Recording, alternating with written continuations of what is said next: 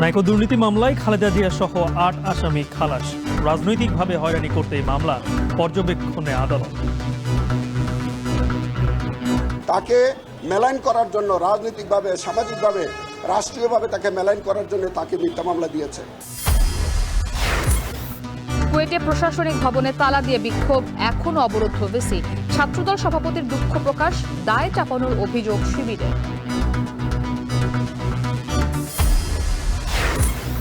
ফ্যাসিস্টদের নির্বাচনে আনলে মানবে না জনগণ, হুঁশিয়ারি মির্জা ফখরুলের।